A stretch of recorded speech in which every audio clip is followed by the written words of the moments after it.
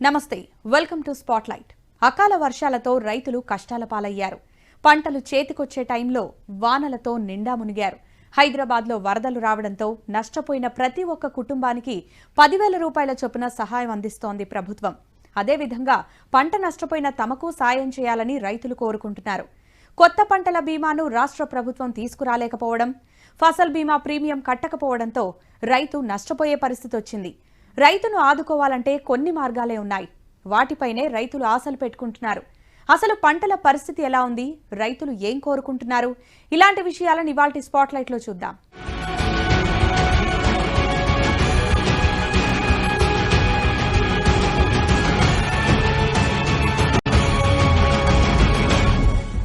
ఈ ఏడాది భారీ వర్షాలతో లక్షల ఎకరాల్లో పంట నష్టం జరిగింది. ఆగస్టు నుంచే వరుసగా వానలు కంటిన్యూగా పడటంతో రైతులు కోలుకోలేకపోయారు. ఎలాగోలా నెట్టుకొచ్చినా పంట చేతికొచ్చే దశలో మరోసారి వానలు విజృంభించడంతో దిక్కుతోచని పరిస్థితిలో పడ్డారు రైతులు. హైదరాబాద్లో జనాన్ని ఆదుకున్నట్లే తమను పట్టించుకోవాలంటున్నారు రైతులు.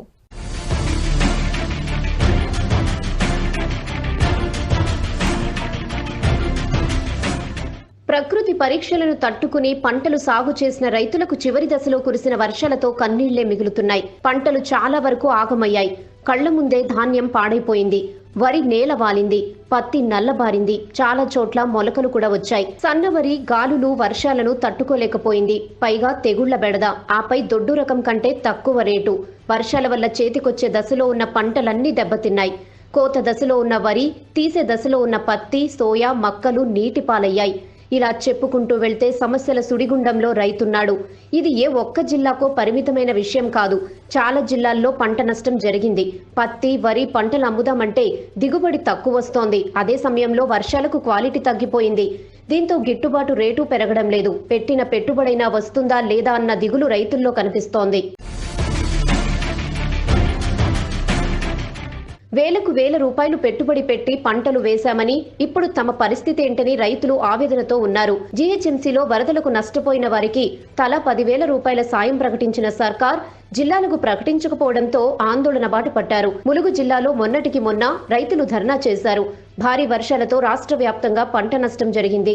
మెదక్, సంగారెడ్డి, సిద్దిపేట, రంగారెడ్డి, ఉమ్మడి నల్గొండ, మహబూబ్ నగర్, ఖమ్మం, వరంగల్, కరీంనగర్, నిజామాబాద్, ఆదిలాబాద్లోని కొన్ని ప్రాంతాల్లో రైతులు భారీగా నష్టపోయారు. పత్తి, వరి, కంది, సోయా, వేరుశెనగ, మొక్కజొన్న, మిరప పంటలు బాగా దెబ్బతిన్నాయి. పెసర, నువ్వులు, మినుములకు ఇప్పటికే 80% వరకు నష్టం జరిగింది.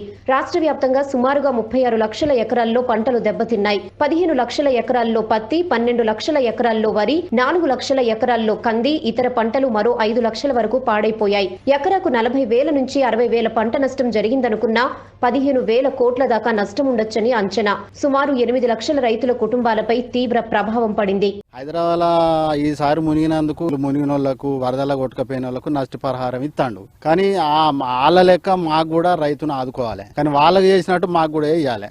ఇగో ఇవాళ ఇంత పంట మునిగింది, 30-35 వేల పెట్టుబడి పెట్టినా ఎవరు ఇస్తారు నాకు? గవర్నమెంట్ కొద్దిగా ఆదుకోవాలి. మమ్మల్ని ఆదుకొని మాకు పంట సాయం చేయాలి, నష్టపరిహారం కూడా ఇవ్వాలి. పంటలు మొత్తం బాగా నష్టపోయినాయి. మాకు ఆదుకోవాలని మేము కోరుతున్నాం. పేరుకేమో చెప్తున్నారు రైతే రాజు అని అంటున్నారు. రైతుకి ఇది ఇస్తున్నాం, అది ఇస్తున్నాం అని అంటున్నారు. రైతుకు వచ్చిన ఇదివరకు అయితే ఆదాయం అయితే ఏం రాలేదు. మాది ఇప్పుడు 4 ఎకరాల పొలం నష్టపోయింది. కాకపోతే ఇప్పుడు 2 లక్షల నష్టపరిహారం నాకు బాగా నష్టం జరిగింది కాబట్టి మేము కోరుతున్నాం. ఈ సీజన్ లో ఇప్పటిదాకా 3 సార్లు కుండపోత వర్షాలు కురిశాయి. సాధారణం కంటే 52% ఎక్కువ వానలు పడ్డాయి. 17 జిల్లాల్లో అతి భారీ వర్షాలు కురిశాయని వాతావరణ శాఖ అధికారులు చెబుతున్నారు. భారీ వానలకు ఉమ్మడి కరీంనగర్, ఉమ్మడి వరంగల్ తో పాటు అనేక జిల్లాలు అతలాకుతలమయ్యాయి. వరంగల్లోనూ చాలా కాలనీలు జలమయమయ్యాయి. జీహెచ్ఎంసీలో మాదిరిగా పరిహారం అక్కడ ఇవ్వలేదు. దీంతో తమను ఎందుకు నిర్లక్ష్యం చేస్తున్నారని జిల్లా ప్రజలు, రైతాంగం నిలదీసే పరిస్థితి ఉంది. కరోనా లాక్డౌన్ తో ఉపాధి కోల్పోయి పంటలు సాగు చేసిన వారికి కూడా కన్నీళ్లే మిగులుతున్నాయి. హైదరాబాద్ లో ఆదుకున్నట్లే తమకు ఆర్థిక సహాయం చేయాలంటున్నారు రైతులు. మీరు హైదరాబాద్ నిండు కూలిపోయిన వారికి ఆదుకుంటాను, చాలా బాగానే ఉంది. మా రైతులకు గోడింది, మా రైతుల పరిస్థితి మొత్తం పొలాలను కొట్టుకపోయినాయి. ఈ అధికారులు చెప్పినా ఎవరు పట్టించుకుంటలేరు. హైదరాబాద్ లో జిహెచ్ఎంసీ ఎన్నికలు ఉన్నాయి కాబట్టి వరాలు కురిపిస్తున్నారా, లేకుంటే మా అన్నదమ్ముల సొంటి వాళ్లకు ఇస్తున్నారా డబ్బులు? మాకెందుకు ఇవ్వట్లేదు? ఇక్కడ ఎలక్షన్లు లేవని మాకు నష్టపరిహారం ప్రకటిస్తలేరా? రాష్ట్రంలో వానల వల్ల నష్టం జరిగి రోజులు గడుస్తున్నా ప్రభుత్వం ఆ దిశగా ప్రకటన చేయడం లేదు. 15 లక్షల ఎకరాల నష్టం జరిగినట్లు అధికారికంగా, 36 లక్షల ఎకరాల్లో అనధికారికంగా పంట నష్టం జరిగినా ఎలాంటి ప్రకటన చేయలేదు. పంటలు దెబ్బతిన్నప్పుడు గ్రౌండ్ లెవెల్లో వ్యవసాయ శాఖ అధికారులతో సర్వే చేయిస్తారు. పంట నష్టం అంచనా వేస్తారు. ఈసారి భారీ మొత్తంలో నష్టం జరిగినా అధికారులతో సర్కారు సర్వే చేయించలేదు. ఈ ఏడాది పంట బీమా అమలు చేయలేదు. 5 ఏళ్లుగా ఇన్పుట్ సబ్సిడీ ఇవ్వట్లేదు. వరి ఎట్లా పొలాల్ని కింద పడిపోయింది. దాన్ని కోయడానికి చాలా కష్టతరంగా ఉంటుంది. మరి చాలా పెట్టుబడితో కూడినటువంటి పని. అదేవిధంగా మొలకలతో ఉన్నటువంటి ధాన్యమైనటువంటి ఈ సోయాబీన్ వ్యాపారస్తులు కొనడానికి నిరాకరిస్తున్నారు. కాబట్టి మీరు ధాన్యాన్ని మద్దతు ధరతో కొనిపించాలని. వారం రోజులుగా కురుస్తున్న వర్షాలకు 7.35 లక్షల ఎకరాల్లో పంట నష్టం జరిగిందని వ్యవసాయ శాఖ ప్రాథమికంగా అంచనా వేసి ప్రభుత్వానికి నివేదించింది. ఆగస్టు, సెప్టెంబర్ నెలల్లో కురిసిన వర్షాలకు 8 లక్షల ఎకరాల వరకు నష్టం జరిగిందని అధికారులు అంచనా వేశారు. అంటే ఈ సీజన్లో మొత్తం 15 లక్షల ఎకరాలకు పైగా పంట నష్టం జరిగిందని తేలింది. కానీ గ్రౌండ్ లెవెల్లో ప్రతి గ్రామానికి ఏఈఓలు, ఏవోలు పర్యటించి సర్వే చేస్తే రెట్టింపు స్థాయిలో పంట నష్టం తీరే ఛాన్స్ ఉందని రైతు సంఘాలు అంటున్నాయి. ఉమ్మడి రాష్ట్రంలో ఇన్పుట్ సబ్సిడీ ఇచ్చేవాళ్ళని తెలంగాణ వచ్చాక ఒక ఏడాది ఇచ్చి తర్వాత ఇవ్వలేదంటున్నారు రైతు సంఘం నేతలు. పంట నష్టపోయిన వారి వివరాలు సేకరించి ఎకరాకు 20,000 పరిహారం ఇవ్వడం, రుణాలు వడ్డీ మాఫీ చేయడం, యాసంగికి విత్తనాలు ఉచితంగా ఇవ్వడం, పెట్టుబడి ప్రభుత్వమే చెల్లించాలంటున్నారు.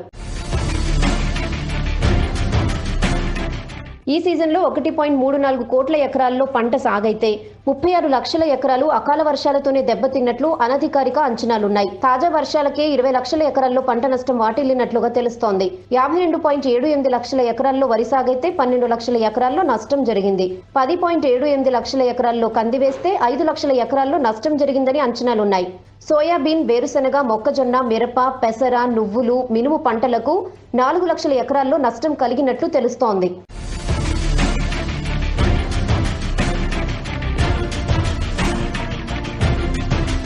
అకాల వర్షాలతో పంట నష్టపోయిన రైతుల పరిస్థితి దారుణంగా ఉంది. ఇంకోవైపు దిగుబడులు తగ్గుతున్నాయి. నాణ్యత విషయంలోనూ ఇబ్బందులు ఎదురయ్యే ప్రమాదం కనిపిస్తోంది. అన్నీ బాగున్నా ఏదో ఒక వంక పెట్టే పరిస్థితులుంటాయి. ఇప్పుడు వర్షాల దెబ్బకు అసలు కొంటారా లేదా, కొంటే ఎంత తక్కువ రేటు కడతారన్న ఆందోళన రైతుల్లో కనిపిస్తోంది.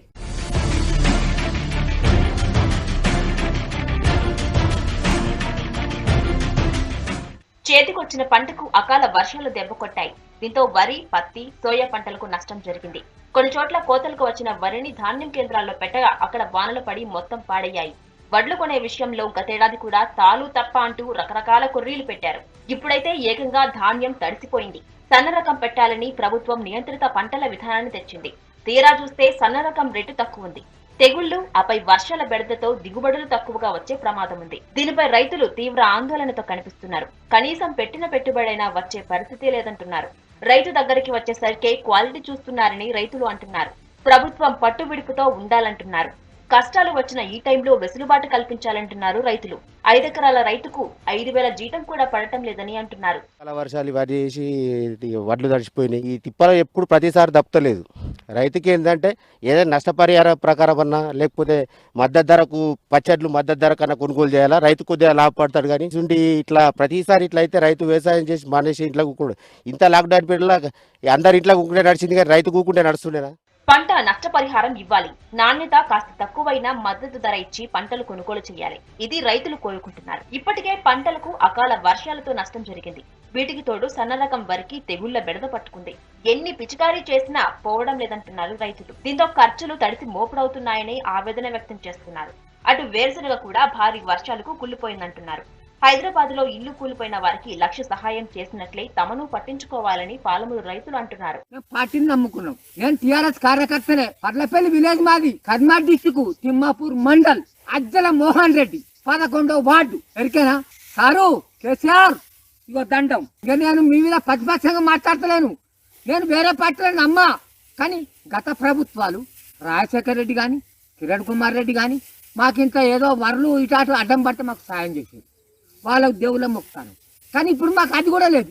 ఈ సన్నపు రకం పెట్టినాం. ఇది మోసం అయింది. ఇక యాసంగి విషయంలో మీరు మాత్రం మాకు మోసం చేస్తే మాత్రం లాభం లేదు. మీరు ఎలవతోలరు, మిమ్మల్ని నమ్ముకున్నాం. కానీ మేము ఈ సన్నపు ఇగో అగ్గి తలుగుతాం. నేను పెట్రోల్ పోసి అగ్గి తలగబెడుతుంది వరి. ఆవేదన 3 ఎకరాలన్నర నేను 6.5 పెట్టిన. తెలంగాణ సాంబ కొత్తపల్లి నుంచి ఆర్టీ బస్సులో పంపించారు మీరు. అదే కొండపరవ సీన్ దగ్గర మీరు అలౌడ్ ఇచ్చారు. అక్కడనే కొన్నా. మేడం వచ్చింది, రాసుకున్నారు, తీసుకపోయినా పెట్టినా. ఇగో అగ్గి తలికింది. దోమపోతు ఇక నేను సావన్నా బతకాలి. కొన్ని జిల్లాల్లో వరి కోతలు ప్రారంభమైన కొనుగోలు కేంద్రాలు ఇంకా తెరుచుకోకపోవడంతో కుప్పలుగా పోసిన వడ్లు తడిసి మొలకెత్తుతున్నాయి. వేలాది ఎకరాల్లో పత్తి చేనులు జాలువారి ఎరుపెక్కుతున్నాయి. నిజామాబాద్, కామారెడ్డి, నిర్మల్, ఆదిలాబాద్ జిల్లాలో ఇప్పటికే 50% సోయాబీన్ దెబ్బతినగా తాజాగా కురుస్తున్న వర్షాలకు మిగిలిన పంట కూడా చేతికి వచ్చేలా కనిపించడం లేదు. వరి విషయంలోకి వస్తే ఖర్చులు వెళ్లవని అంటున్నారు. ఇలా తడిసిన వరిని కొనబోమని చెబుతున్నారు అంటున్నారు. నష్టపరిహారం ఇవ్వకపోయినా ఇప్పటికే వచ్చిన పంటను మద్దతు ధరతో కొనాలంటున్నారు రైతులు.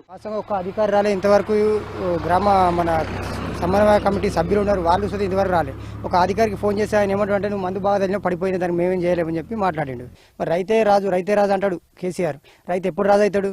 పంటలు పురాగా పోయినాయి. ఒక్కొక్కరు 10 ఎకరాలు 20 ఎకరాలు పెట్టారు. మొత్తం గదే నేర్పుడు నెరవేడిపోతున్నాం. ఆనమూగులు వచ్చే వరకు అవి మొలకలు వస్తున్నాయి. నిరుడు గిట్లనే అయిపోయింది.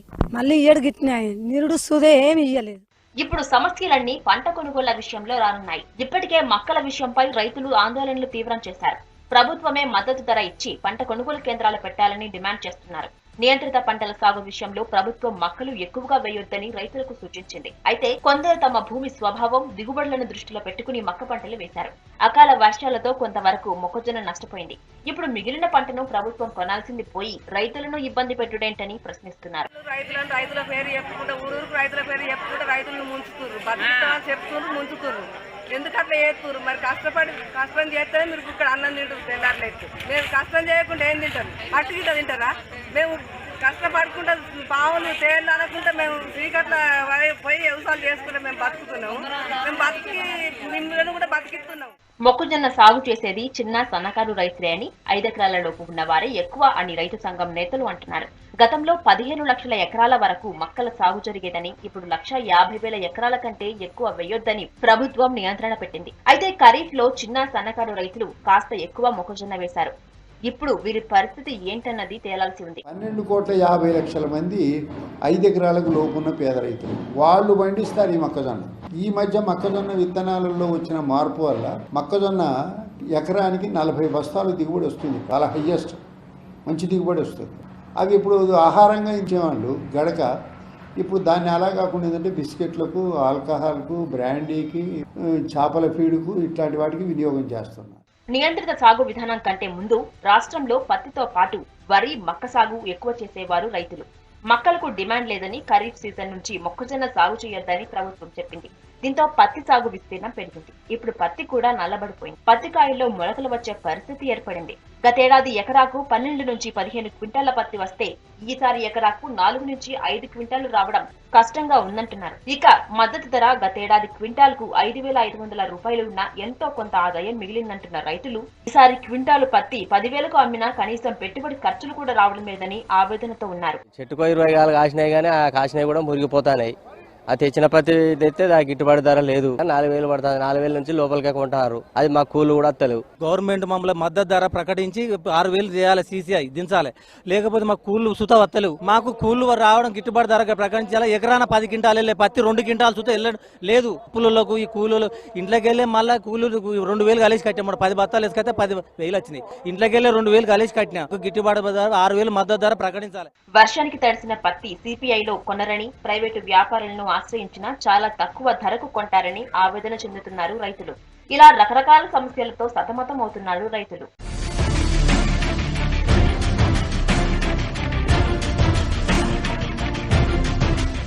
భారీ వర్షాలతో రైతులైతే నష్టపోయారు. పంటల బీమా లేకుండా పోయింది. ఇప్పుడు వారిని ఆదుకునే మార్గాలు కొన్నే మిగిలాయి. హైదరాబాద్లో పరిహారం ఇచ్చినట్లుగా నష్టపోయిన రైతులకు ఆర్థిక సహాయం అందించడం, ఇంకోవైపు క్వాలిటీ కాస్త తగ్గినా మద్దతు ధర కల్పించాలంటున్నారు.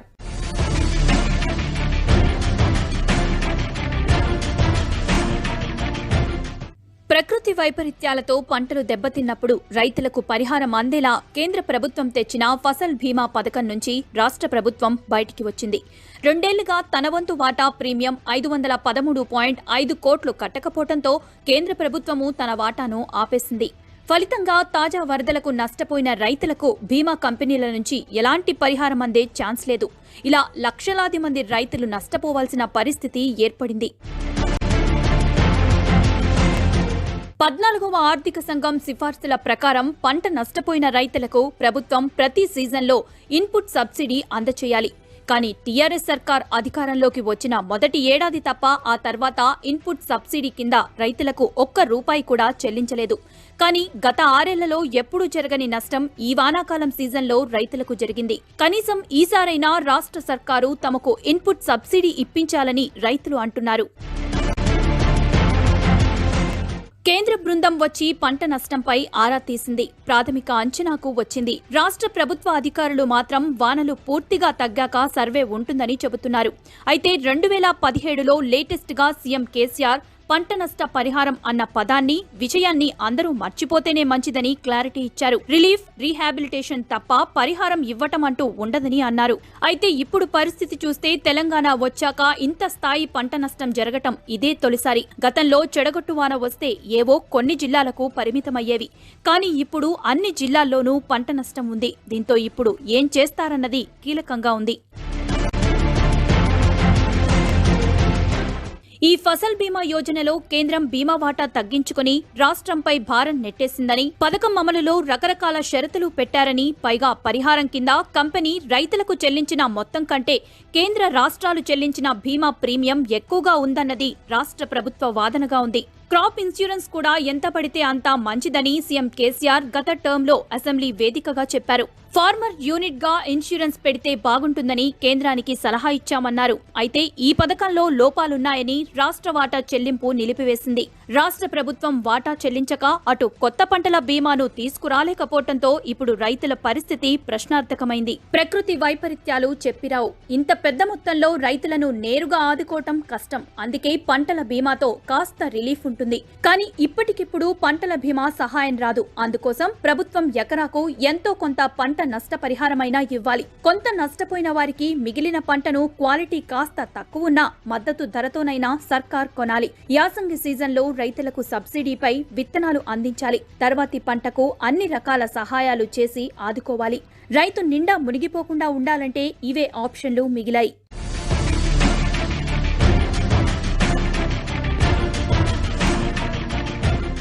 రాష్ట్రంలో చిన్న సన్నకారు రైతులే ఎక్కువగా ఉన్నారు. అప్పులు చేసి పంటలు వేసిన వారు ఉన్నారు. లాక్డౌన్తో ఇతర ఉపాధి కోల్పోయి కొత్తగా వ్యవసాయంలోకి వచ్చిన వారు ఉన్నారు. ఇప్పుడు అందరికీ అకాల వర్షాలతో కష్టం వచ్చి పడింది. మరి ప్రభుత్వం ఎలా సహాయం చేస్తుందన్నది కీలకంగా మారింది. ఇది వాల్టి spotlight. Keep watching V6 news.